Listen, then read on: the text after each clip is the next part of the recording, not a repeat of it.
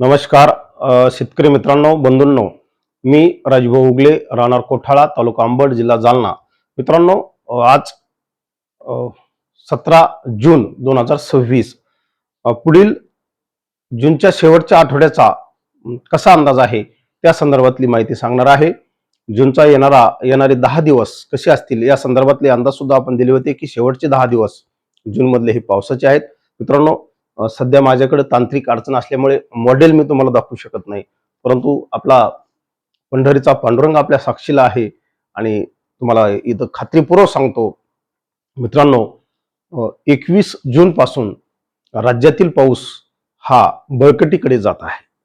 का जात आहे त्याचे 2-3 कारण मी तुम्हाला सांगतो. मित्रांनो, 21 जून साधारणतः सूर्य हा आपला कर्क व्रतावर असतो आणि कर्क व्रतावर सूर्य असल्या कारणाने त्या ठिकाणी मोठ्या प्रमाणावर सूर्याचे टेम्परेचर असते. अगदी सरळ सूर्याची किरण त्या ठिकाणी पडतात आणि मोठ्या प्रमाणावर त्या ठिकाणी हवेची पोकळी तयार होते. उष्णता वाढून हवा वर जाते गरम झालेली, आणि त्यामुळे दक्षिणेकडून भूभाग, दक्षिणेतील समुद्राकडून म्हणजे अरबी समुद्र असेल, बंगालचा उपसागर असेल, या भागाकडून हवा ही त्या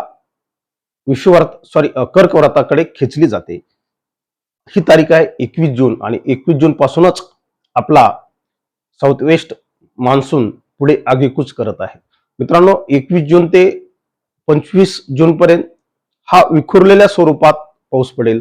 त्याचा प्रभाव हा त्या कालखंडात पश्चिम किनारपट्टीवर जास्त असेल. यामध्ये मुंबईसह नाशिक पश्चिम असेल, पुणे पश्चिम असेल, अहिल्यानगर पश्चिम भाग असेल, मित्रांनो कोकण, दक्षिण कोकण असेल, उत्तर कोकण असेल, या सर्व पट्ट्यामध्ये 21 ते 25 पर्यंत चांगला पाऊस पडणार आहे.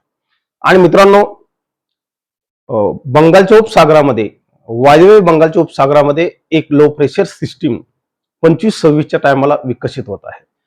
त्यामुळे या वायव्य बंगालच्या उपसागरात जी लो प्रेशर सिस्टीम विकसित होत आहे, त्यामुळे याकडं अरबी समुद्रातून बाष्प खेचलं जाणार आहे, बंगालच्या उपसागरातून बाष्प खेचलं जाणार आहे, आणि त्या वलव्यामुळे, आर्द्रतेमुळे महाराष्ट्राच्या अंतर्गत भागात सुद्धा 25 तारखेच्या नंतर म्हणजे जूनचे शेवटचे 5 दिवस मित्रांनो, हे महाराष्ट्राच्या अंतर्गत भागात, विशेषतः मग यामध्ये कोण आहे, मराठवाडा आहे, पश्चिम विदर्भाचा भाग आहे, पूर्व विदर्भाचा भाग आहे, तिथले सर्व जिल्हे आहेत, खानदेश मधले जे जिल्हे आहेत, नंदुरबार, धुळे, जळगाव या जिल्ह्यात असेल, अगदी जामनेर वगैरे बोधवड भाग असेल, या भागात सुद्धा पाऊस पडणार आहे. बुलढाणा जिल्ह्यात सुद्धा पाऊस पडणार आहे.